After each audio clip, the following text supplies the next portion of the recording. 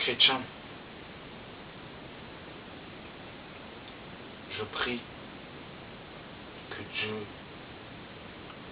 nous préserve de toute tentation, nous préserve du piège de l'ennemi, que nous puissions faire attention et avoir le discernement pour voir le danger arriver. Chrétien, nous devons être au courant des réalités spirituelles et de l'enjeu. Satan va tout faire, chrétien, pour que vous puissiez perdre votre salut. Vous allez peut-être me dire, mais on ne peut pas perdre son salut quand on a reçu le Seigneur Jésus. Chrétien, je vous assure que un chrétien peut perdre son salut si il ne le préserve pas. Et nous allons le voir au travers de cette vidéo. Je vais parler du concubinage. Chrétien, vous savez, nous sommes arrivés dans un temps où le monde est complètement perverti. Les lois divines ne sont plus respectées dans ce pays. Tout va à l'envers. Ça veut dire que si un chrétien ne reste pas attaché à la parole, il va finir par se conformer au siècle présent. Donc nous devons être toujours attachés aux Écritures. Beaucoup aujourd'hui de chrétiens vivent dans la même maison alors qu'ils ne sont pas mariés. Il y en a qui sont conscients et d'autres qui ne sont pas conscients. On ne leur a jamais dit malheureusement dans leur bâtiment d'église. Alors aujourd'hui le Seigneur nous interpelle.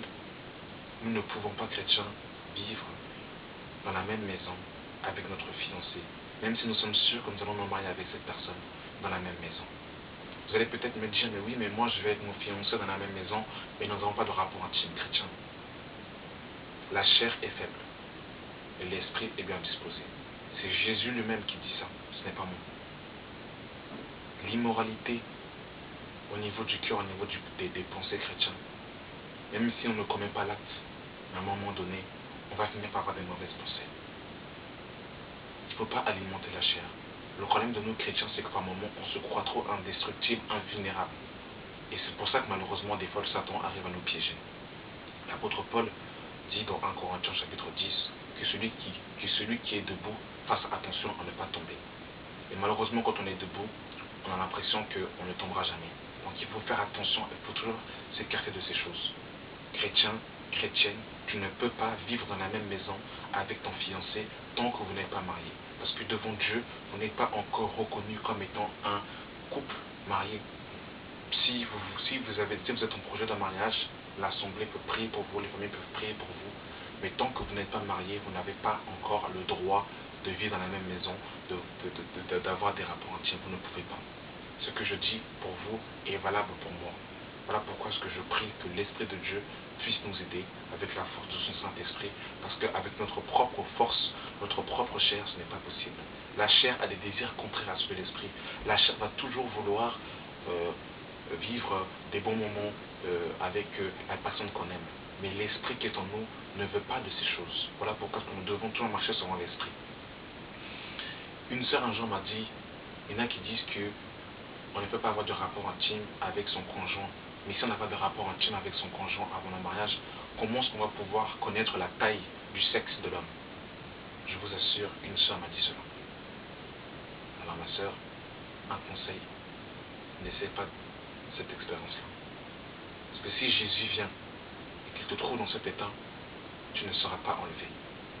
Tu ne seras pas enlevé. Pareil pour toi, mon frère. N'essaye pas plusieurs sœurs d'avoir des rapports intimes avec eux pour savoir si tu es compatible. Quand tu seras compatible, c'est avec elle que tu vas te marier.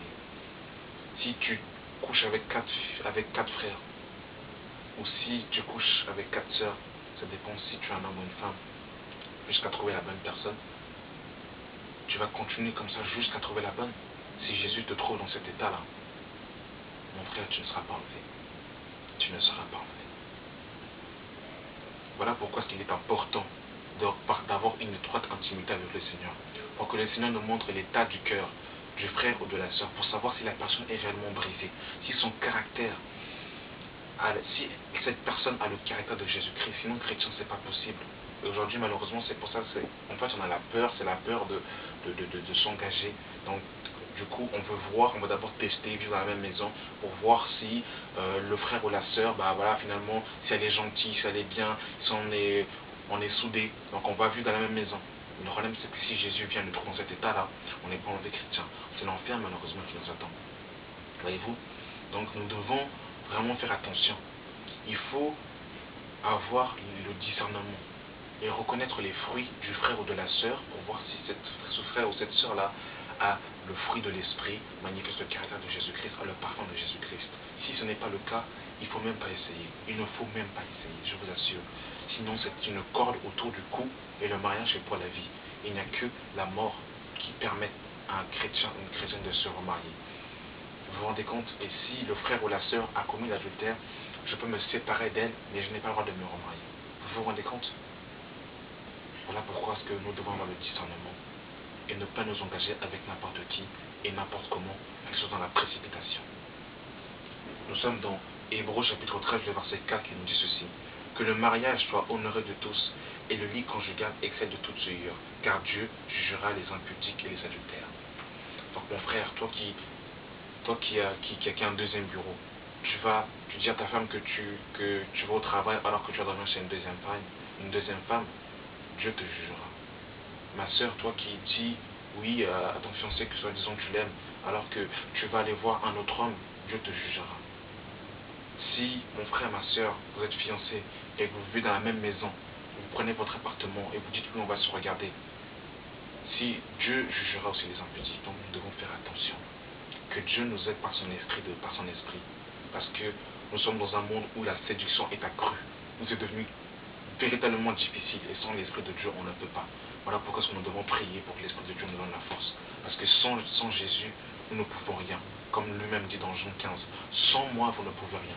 On ne peut rien, chrétien, sans Jésus. On ne peut rien. Nous sommes faibles sans Jésus. Nous sommes faibles, nous sommes vulnérables. Voilà pourquoi nous devons vraiment demander au Seigneur qu'il puisse nous donner la force. Donc, mon frère, ma soeur, tu ne peux pas te mettre dans la même maison avec ta fiancée. Fais attention. Et nous devons nous séparer de ces choses. Et comme je l'ai dit, ce que je dis pour vous est valable pour moi. Donc examinons-nous, séparons-nous de ces choses et faisons attention. Examinons les gens par leurs fruits et le Seigneur nous montrera. Si vous demandez à Dieu qui vous montre l'état du cœur du frère ou de la sœur, il vous montrera. Mais ne vous engagez pas avec quelqu'un parce que vous avez vu qu'il a une Bible à la main, qu'il prophétise, qu'il parle en langue, qu'il va dans les assemblées. Ça ne veut rien dire. C'est seulement des apparences. Mais après, c'est dans le fruit, c'est dans les signes que nous pouvons voir si ce frère ou cette sœur est véritablement circoncis dans le cœur. Voilà. Le Seigneur nous a encore parlé à travers cette vidéo. Faisons attention et demandons à son esprit sa force. Que l'Esprit de Dieu nous fortifie. Au nom puissant de Jésus-Christ de Nazareth. Amen.